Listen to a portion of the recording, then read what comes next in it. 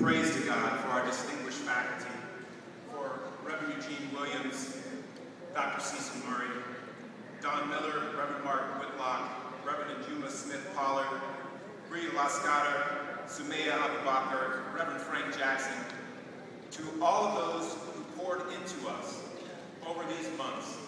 And I would add the names of every member of the PTM class if we had the time to go over each person's name, because you have inspired me, you have poured into me, you have refreshed me. We have been salt and light to one another. We're walking in a tradition that goes back so many thousands of years. In reflecting on the meaning of passing the mantle, I was reminded of that prophet who was so tired. After engaging the powers of his day that had become so corrupt, that had lost the mandate that they were given by God to meet the needs of the people, that had lost sight of the fact that they were called to be public servants, Elijah took on the powers of his day, and then he grew weary. What is it that makes a prophet tired? A prophet gets tired when he cannot see anyone around him who carries the same passion for justice and the needs of the people that prophet himself has. I remember looking around and looking at all the needs of our community and being desperate and being frankly tired, and surfing the net looking for anything that dealt with issues of justice. And I came across this strange page that talked about passing the mantle at USC. I called up my brother, Reverend Q. Jean-Marie. I said, Q, there's something we need to look into, my brother. It looks like there are some people who are anointed by God to stand up for those who cannot speak for themselves. Reflecting on the ministry of Elijah, when he was tired, cried out to God and he said, there is no one left but me. And God said, oh no, I have reserved those who have never bowed the knee to Baal, and they will stand with you. And the last charge that God gave to Elijah was go and anoint someone. You need to look for someone who is younger, who has that same passion, who will take up the mantle that you have borne. But Elijah was also charged to go to political leaders and to remind them and put a mantle on them and say to them, you are called by God to be a public servant. And so we say to those who are in public office that you will have a partner in the pew and you will have a partner in the pulpit who will speak truth to power and remind you of the calling upon your life. And we say to those who have invested so much in us, who have put your faith and trust in us, that like young Elisha, who was going along his way, minding his own business, that one day when this crazy, wild-eyed prophet came to him and threw his mantle upon him, that we will go back and we will kill the oxen, and we will destroy that plow that we were using, because it is no longer business as usual.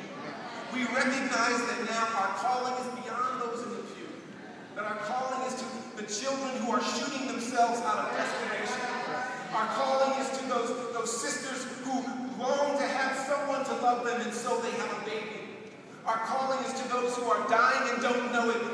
Pastor Q and I walked the campus of a nearby high school. We found out that they had done a health screening there, and that 70% of the students already had sexually transmitted diseases that would kill them. We looked at, and they were unable to report this news to the kids themselves. We looked at the academic record with over a 50% dropout rate in our schools. We looked at those who are being incarcerated at unprecedented rates, and when they come back to their communities, there is no one to welcome them. There are businesses slamming the doors in their faces, but their friends who got them in trouble in the first place say, I got a job for you. Go stand on the corner and sling these rocks.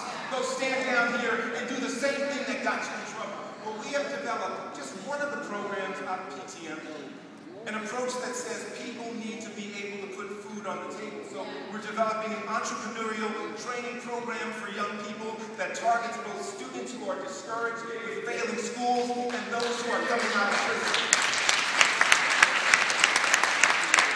But we recognize that civic engagement is when you recognize that public policy is not what it should be, and that the system around us, the water that we swim in, is putting pressure on us in such a way that it is not enough to just hand someone a fish.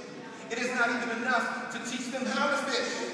We have to go and find out who owns that pond and how can we take it over.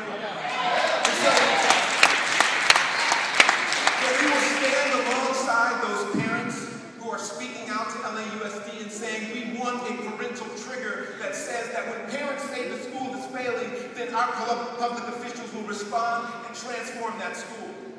And we will stand up to those who are enforcing our laws and say it is not enough just to attack people when they do wrong. What are we doing to bring positive things into the community? And we will advocate for positive ticketing, looking out for those young people who are doing good and saying, here's something to reward you for your behavior. Take this coupon and go use it at the public businesses in your neighborhood. Go use that in this entrepreneurial training program so that you will have an ideal future. This is one of the things that we have taken on as a result of what we were taught. And as I only have a few moments, I'm just reminded of the words to a young leader where the Lord challenged him. Speak up for those who cannot speak for themselves.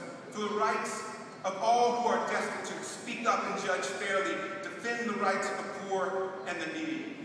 To those who have invested so much in us, we say, we will carry the mantle.